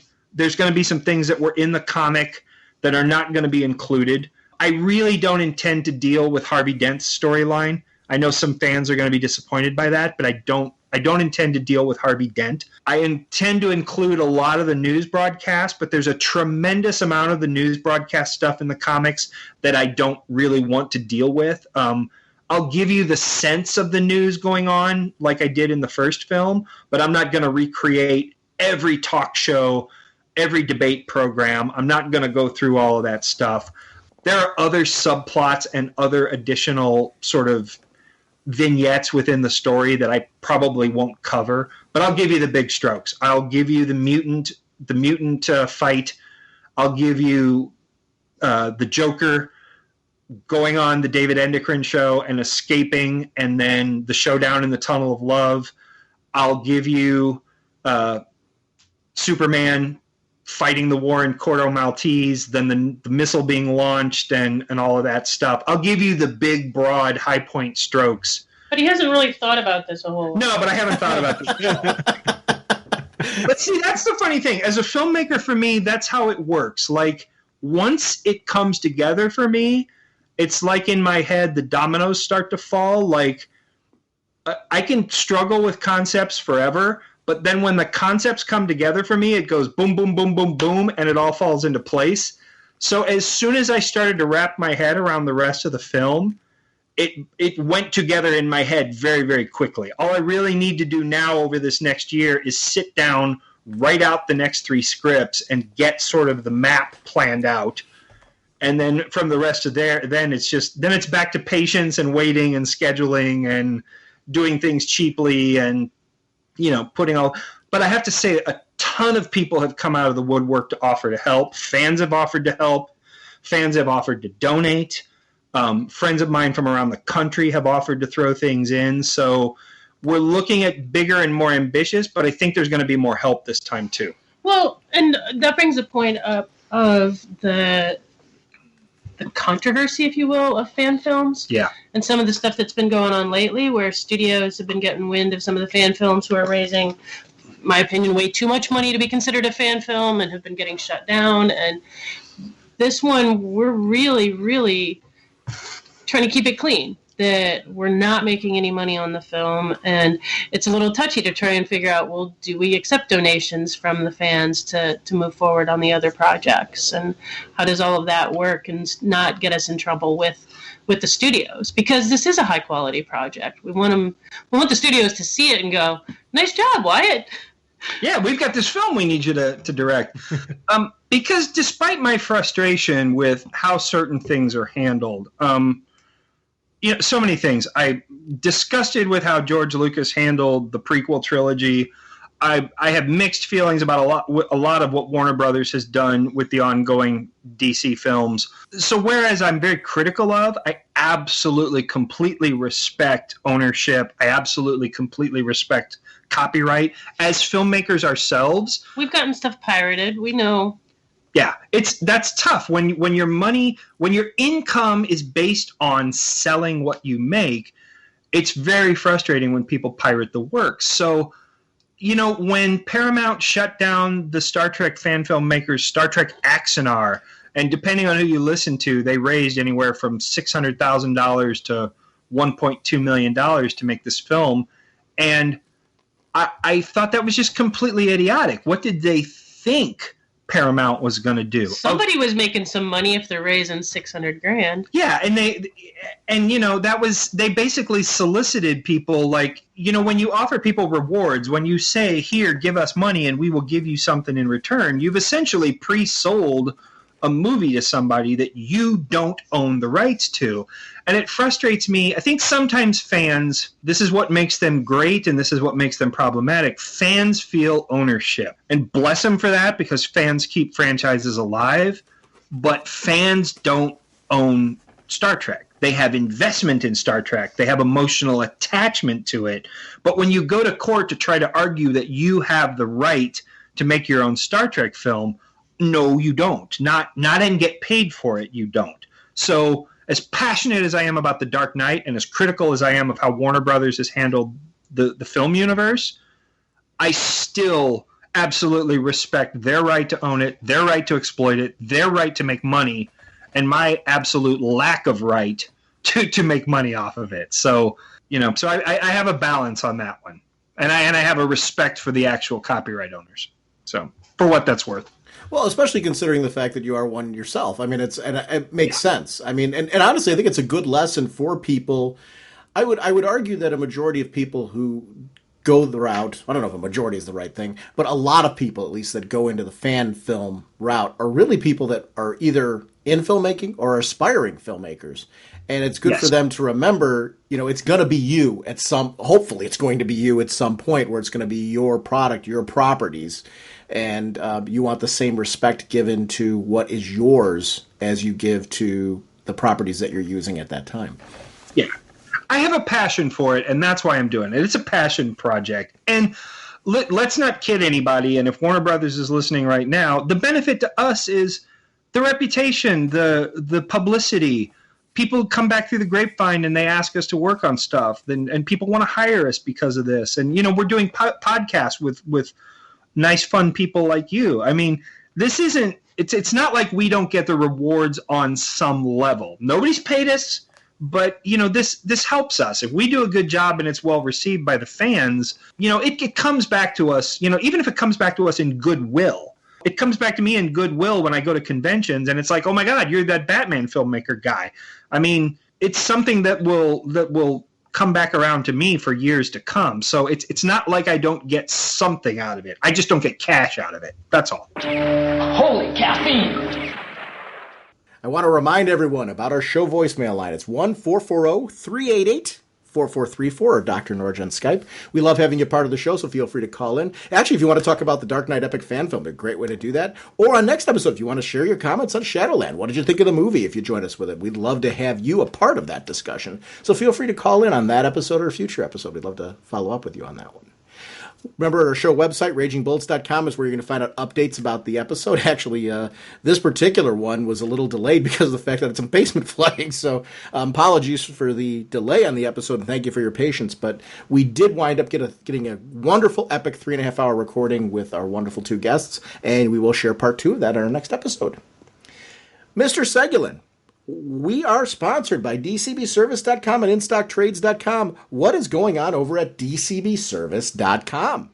Well, they're continuing their support of the DC Rebirth, the Vertigo titles, the Young Animals with their wonderful bundles. All of them 50% off. Pick the different bundles you want to see. The miniseries, the one-shots with the Hanna-Barbera, with the various, DC titles. So that's one awesome comic book support. You gotta love it. But DCBS also has some great statue deals. 32% off the different statues. We've got our DC Bombshells Aquaman statue. We've got a cool Wonder Woman based off of Adam Hughes art. We've got Joker from The Killing Joke, as well as, of course, Harley Quinn. So check out the deals on DCBS. And thank you, thank you, thank you. Over at InStockTrades.com, Jim, I always talk about the fact they also have the latest releases, and it's great to see in that list. They have the Batgirl, and this is the old series with Cassandra Cain. Trade Paperback Volume 3, Point Blank, 42% off, only $11.59. They've got the current Harley Quinn hardcover, Volume 6, 42% off, $14.49. They also have, I don't know if you're reading the Star Wars comic right now. It's brilliant. They have Marvel's putting that out. It's Star Wars Trade Paperback Volume 4, Last Flight, 42% off, only $11.59. This is the place I go when I've missed books that I've wanted to read. A lot of times it's nice to be able to pull up a trade and be able to read multiple issues of a title that you're really enjoying. So I want to thank DCB Service and InStockTrades.com for continuing to support our show. I do want to remind everyone also to check out our show links. On this particular episode, we reference Wyatt's site, we reference Pirate Pictures' site. Please make sure to check out those websites and to support the people who came and gave us some time today by checking out their film Shadowland. It's incredible. They also have on their Wyatt's site's great because it actually shows his whole body of work. So it's a great opportunity to get more up to date if you're not familiar with him. This was our first exposure to him, and man, am I really excited to see more of his work, especially when you hear more about Shadowland on the next episode. So definitely check out Wyatt's work, and actually there's some great teasers on our next episode of some other film you should be checking out from them that's going to be coming out soon. So I enjoy following up in that discussion next episode. So we will see everyone next week. Bye! On November 13th, Sean Whalen was asked to stop constantly talking about comic books. That request came from his wife. Deep down, he knew she was right, but he also knew that someday he would find someone that would talk to him. With nowhere else to go, he appeared at the home of his childhood friend Jim Segulin. Sometime earlier, Segulin's boss had requested that he shut up about his comic books and never speak of them again. Can two grown men put out a DC Comics podcast without driving each other crazy? It's Raging Bullets, the DC Comics fan podcast.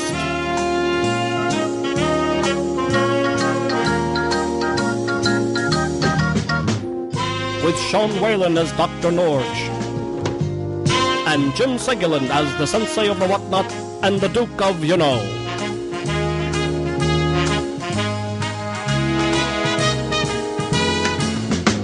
It's a spoiler podcast, so they will go in depth into the plot line, story twists, and whatnot of the comics they are reviewing. So if you haven't read the books, you may want to come back later so you may better enjoy the show.